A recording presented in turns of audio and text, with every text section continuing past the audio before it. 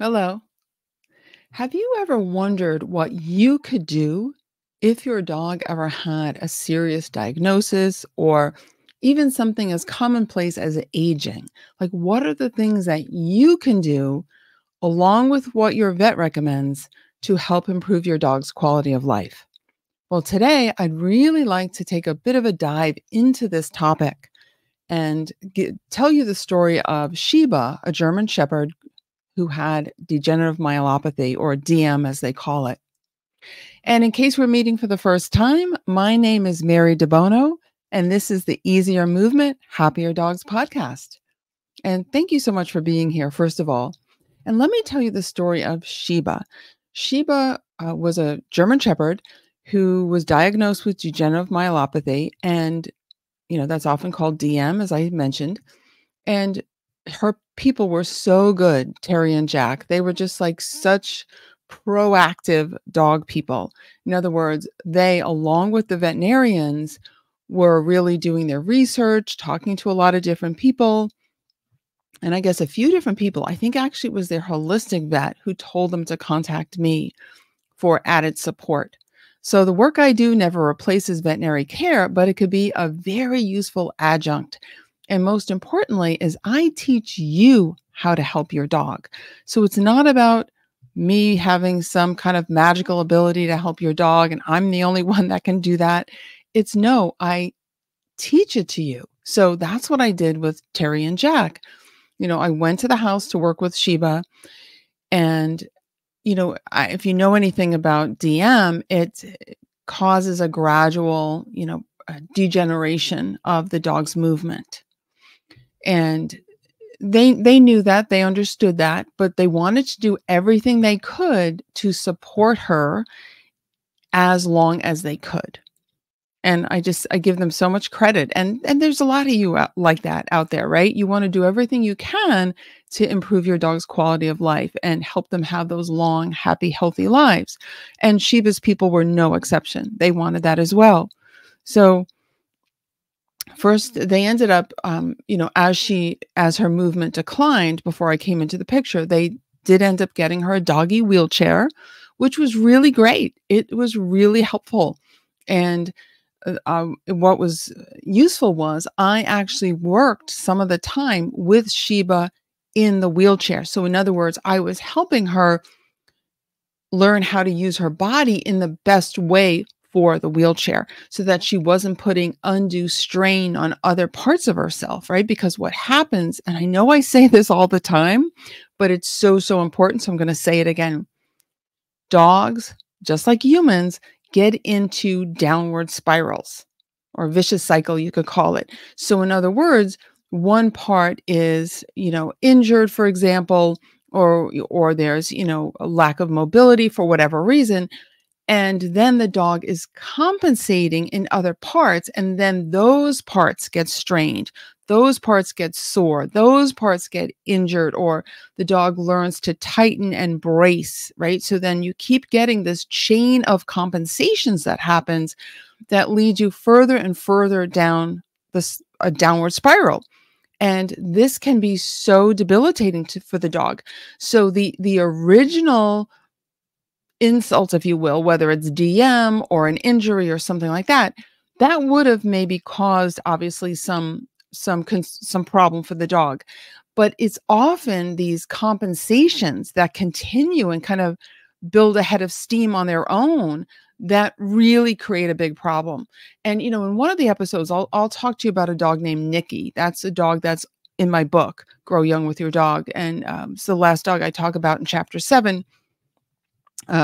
And she was a classic example of a dog who, yes, she had a problem, in her case, spinal arthritis, but all the other compensations caused an immense problem.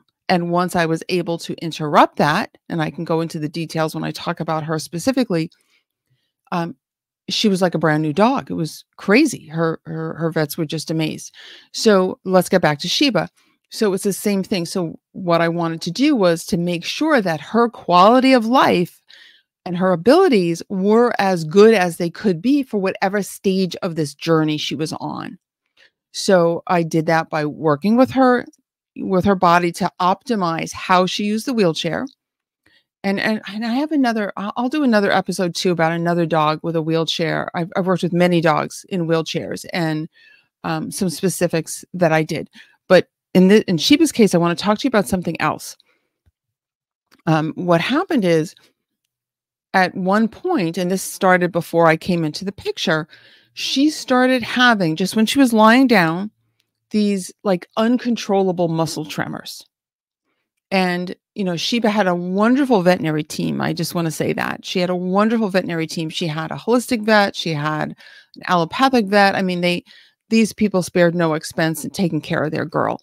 But she had these muscle tremors, and the vets couldn't figure out what they could do to help alleviate that.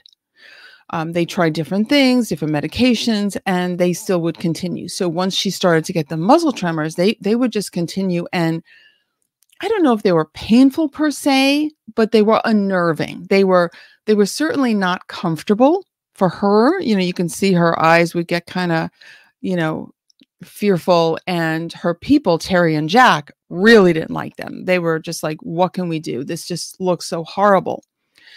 So what I discovered through very, very, very gentle and nuanced hands-on work was that if I supported Sheba in a very particular way, okay, it was a case of, actually, I was giving her the ability to flex her spine in a healthier way using all the parts of herself. So it was a very particular way. I can't tell you exactly on this podcast how to do it.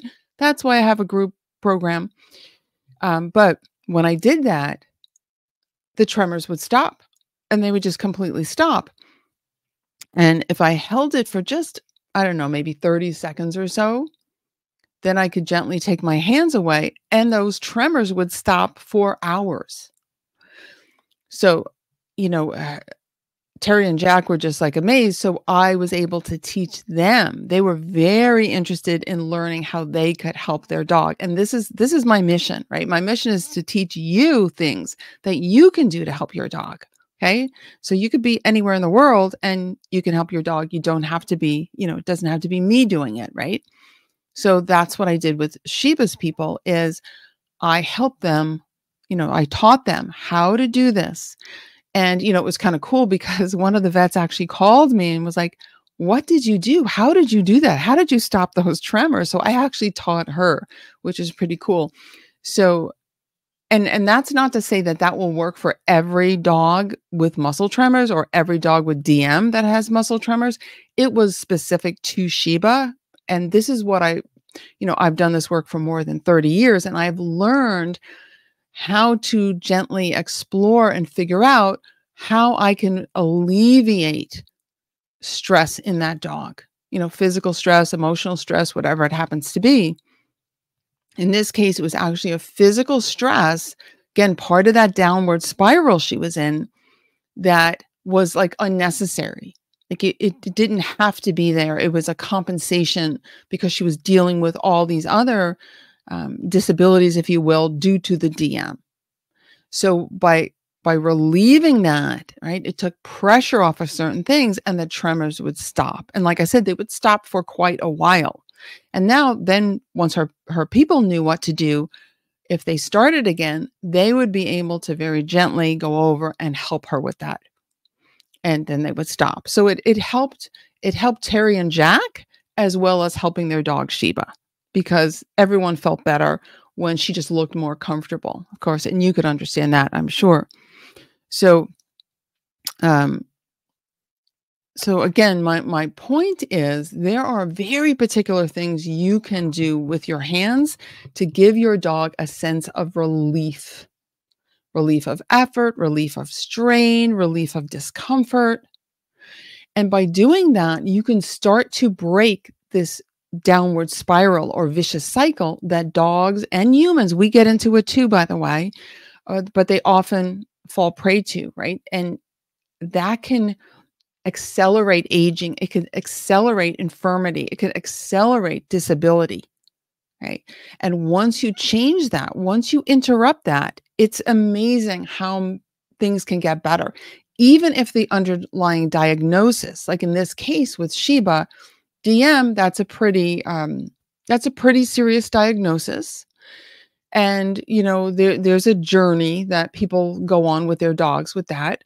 But the idea is if you can help them be as happy and comfortable and active as they can, I mean, makes a world of difference to you and certainly to your dog. Because when your dog is happy and, you're happy, right? And the more they can do, the better, right? So, um, so this is what we want to do. So I teach people how to do this. I can teach you how to do it. You can get started for free, by the way. I have a free resource that I'd love if you took advantage of. If you just go to marydebono.com/love dog, and that's all one word, all lowercase. So marydebono.com/love dog. Now it'll be in the show notes or whatever description. If you're watching this on YouTube, it's in the description. If you're listening on a podcast app, it'll be in the description. Or if you have any questions, you could always email me, mary@marydebono.com. So I do teach this. I'm going to be opening up, I'm so excited, an online group coaching program to teach you exactly how you can help your dog. And I'm keeping it to a small group, and you'll have lots and lots of live time with me. So live classes we'll do. There'll be replays if you can't make the live classes, all sorts of good stuff. Okay.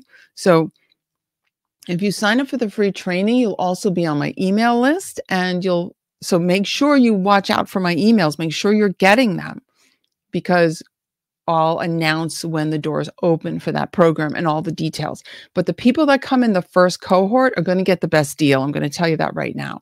So you might want to jump on that, but I'll give you the details later.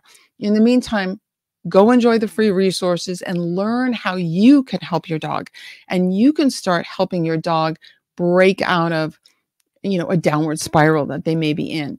And again, I want to say, even if you have a healthy, happy, active pup, right?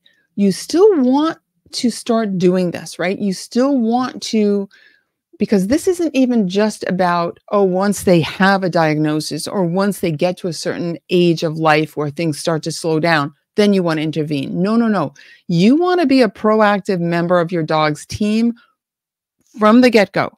Also, I'll give you another little secret here.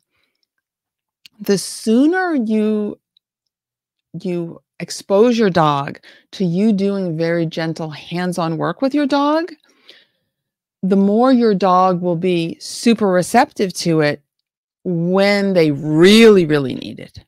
And I'm going to say they need it at every stage, because this work is not just about the physical body. You might say, I have an 18-month-old dog and my dog is fabulous and there's nothing wrong. And that's awesome. That is so awesome.